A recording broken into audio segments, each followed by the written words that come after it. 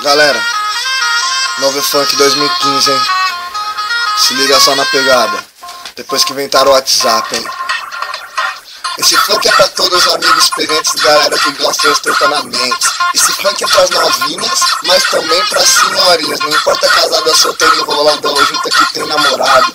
Esse funk que agora eu vou cantar é pra todos divorciados. Esse funk que eu vou cantar é pra todos divorciados. MC violão, vambora, hein? Aqui, ó, segura essa agora, hein, galera. Sim, pra vocês, hein?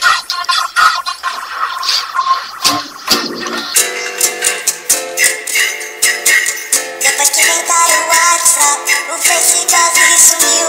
Foi novinha mandando mensagem pra mim, putaria tava mil. Depois que inventaram o WhatsApp, o Face quase sumiu. Novinha mandando mensagem pra mim, putaria tava mil. Eu não sou muito do rolê, gosto mais de um violão. Toco na praia, na festa em casa, ou no meio da ostentação.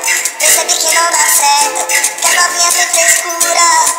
Fui para o zap, putaria sem censura. Depois que inventaram o WhatsApp, o Face quase sumiu. Novinha mandando mensagem pra mim, putaria tava mil. Depois que inventaram o WhatsApp, o Face quase sumiu. Novinha mandando mensagem pra mim, putaria tava mil. Tem senhora novinha casada, tem mulher que tá solteira, tem mulher que é tarada, que manda foto da bunda inteira. Nós aqui não tem vergonha, porque nós também rebola.